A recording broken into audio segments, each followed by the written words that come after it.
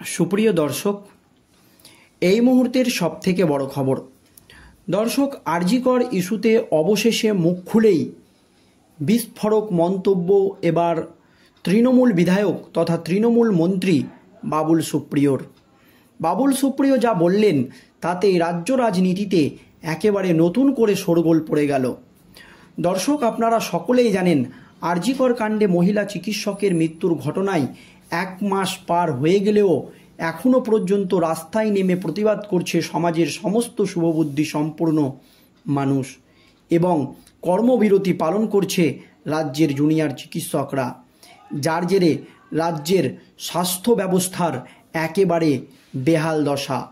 মুখ্যমন্ত্রী মমতা ব্যানার্জি বারবার জুনিয়র চিকিৎসকদের ধর্ণা মঞ্চে গিয়ে একটি সমস্যা সমাধানের চেষ্টা করছেন এবং জুনিয়র ডাক্তারদের সঙ্গে বৈঠক করার জন্য তিনি অনুরোধ করছেন, কিন্তু জুনিয়র ডাক্তাররা তাদের দাবিতে অনড় যে তারা তিলোত্তমা কাণ্ডের ন্যায্য বিচার চায় এবং স্বাস্থ্য নিয়ে আরও 5 দফা দাবি তারা মুখ্যমন্ত্রী মমতা ব্যানার্জির কাছে রেখেছে। এই আবহে আপনারা সকলেই জানেন আরজিকর ইস্যুতে যখন প্রবল চাপে রাজ্যের শাসক দল তৃণমূল কংগ্রেস, তখন খোদ মুখ্যমন্ত্রী মমতা ব্যানার্জির বিরুদ্ধে মুখ খুলছেন একের পর এক তৃণমূলের হেভিওয়েট নেতা মন্ত্রীরা। বিশিষ্ট রাজনৈতিকবিদদের একাংশ মনে করছে যেভাবে মুখ্যমন্ত্রী মমতা ব্যানার্জির বিরুদ্ধে একের পর এক তৃণমূলের হেভিওয়েট নেতা মন্ত্রীরা মুখ খুলছে তা তৃণমূলের জন্মলগ্ন থেকে দেখা যায়নি। আপনারা জানেন এই আরজিকর ইস্যুতে প্রথমেই মুখ খুলে বিস্ফোরক মন্তব্য করেছিলেন তৃণমূলের লোকসভার সাংসদ সুখেন্দু শেখর রায়। তার পরপরে তিনি একাধিকবার এই আরজিকর কাণ্ড নিয়ে বেসুরো বা তৃণমূলের বিরুদ্ধেই মুখ খুলে রাজ্যের শাসক দল তৃণমূল কংগ্রেসকে অস্বস্তিতে ফেলেছেন। এর পরপরই আপনারা জানেন আরজিকর ইস্যুতে মুখ খুলেই বিস্ফোরক মন্তব্য করেছেন আরও এক তৃণমূলের রাজ্যসভার প্রাক্তন সাংসদ শান্তনু সেন, যার জেরে প্রবল অস্বস্তিতে পড়তে হয় মুখ্যমন্ত্রী মমতা ব্যানার্জিকে। এর পরপরই শান্তনু সেনকে মুখপাত্র পদ থেকে বহিষ্কার করা হয়। এইভাবেই কিন্তু ধীরে ধীরে চাপ বাড়তে থাকে মুখ্যমন্ত্রী মমতা ব্যানার্জির। আর এরপর আপনারা জানেন রাজ্যসভার বর্তমান সাংসদ কিছুদিন আগেই জহর সরকার পদত্যাগ করেছেন। মুখ্যমন্ত্রী তাকে অনুরোধ করেছেন তিনি যাতে পদত্যাগ না করে। তারপরেও আরজিকর ইস্যুতে তিনি মুখ্যমন্ত্রী মমতা ব্যানার্জির অনুরোধ না রেখেই পদত্যাগ করেছেন। এর জন্যেও প্রবল অস্বস্তিতে পড়েছে রাজ্যের শাসক দল তৃণমূল কংগ্রেস। এই রকম পরিস্থিতিতে অনেকেই মনে করছে দলের অন্দরেই ধীরে ধীরে কোণঠাসা হয়ে পড়ছেন মুখ্যমন্ত্রী মমতা ব্যানার্জি। আর এবার এই আরজিকর ইস্যুতে মুখ খুললেন তৃণমূলের বিধায়ক তথা শিল্পী এবং মন্ত্রী বাবুল সুপ্রিয়। আর বাবুল সুপ্রিয় যা বললেন তাতেই রাজ্য রাজনীতিতে একেবারে নতুন করে শোরগোল পড়ে গিয়েছে। কি জানিয়েছেন বাবুল সুপ্রিয় দেখুন দর্শক।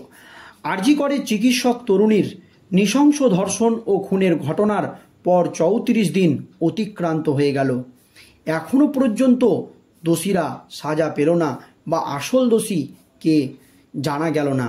এই নিয়ে কিন্তু তিনি সংশয় প্রকাশ করেছেন। সুবিচারের দাবি তুলে পথে নেমেছে গোটা বাংলা, এমন জনরোষ আগে কবে দেখেছে বাংলা, এই মন্তব্য করেন তিনি। 8 থেকে 80 সকলেই সামিল হয়েছে এই প্রতিবাদে। বাংলার শিল্পমহলও পথে নেমেছে এবং প্রতিবাদ জানিয়েছে এই ঘটনার। তিনি বলেন বাংলার শিল্পমহল ও এই ঘটনার তীব্র প্রতিবাদ জানিয়েছে এবং পথে নেমেছে, কিন্তু শিল্পীরা কাজে ফিরতেই পড়তে হয়েছে কটাক্ষের মুখে। তার পরপরই বাবুল সুপ্রিয় বলেন শিল্পীরা যদিও এর পরে কাজে ফিরছেন, তার জন্যও কিন্তু তাদেরকে কটাক্ষের মুখে পড়তে হয়েছে। উঠছে ছবি বয়কটের ডাক, জুটছে চটি চাটা তমকা, কিংবা কেউ আবার রামবাম বলে দাগিয়ে দিয়েছে। আর এবার জনরোষের মুখে পড়েন তৃণমূলের মন্ত্রী তথা বিধায়ক বাবুল সুপ্রিয়। আর নেটিজেনদের জনরোষের মুখে পড়েছিলেন এবার বাবুল সুপ্রিয়। পুজোর গান রেকর্ড করায় কটাক্ষের মুখে পড়েন বাবুল সুপ্রিয়। আর এতেই ফুঁসে উঠলেন তৃণমূলের তারকা বিধায়ক, রাজনীতিবিদের পাশাপাশি মনে প্রাণে একজন শিল্পীও। তবে নেটিজেনদের কটাক্ষের মুখে পড়তেই আরজি কর কাণ্ড নিয়ে একেবারে বিস্ফোরক মন্তব্য বাবুল সুপ্রিয়র। শুক্রবার সোশ্যাল মিডিয়ায় খোলা চিঠিতে কটাক্ষের জবাবও দিয়েছেন তৃণমূল বিধায়ক তথা মন্ত্রী বাবুল সুপ্রিয়। চিঠিতে অভিনেতা, অভিনেত্রী, গায়ক, গায়িকা এবং বিনোদন জগতের সঙ্গে মানুষের কাজে ফেরা নিয়ে যারা টোল করছেন তাদের জন্য বাবুল লেখেন, একটা কথা বুঝে নিন, যদি এই শিল্পীদের নম্বর থাকে তাহলে তাদের হোয়াটসঅ্যাপ করুন, আর যদি আপনাদের কাছে তাদের ফোন নম্বর না থাকে, আপনারা যদি তাদের না চেনেন, তাহলে নিজেদের মতো করে ভেবে নিয়ে নিন্দা ও কুমন্তব্য করা বন্ধ করুন।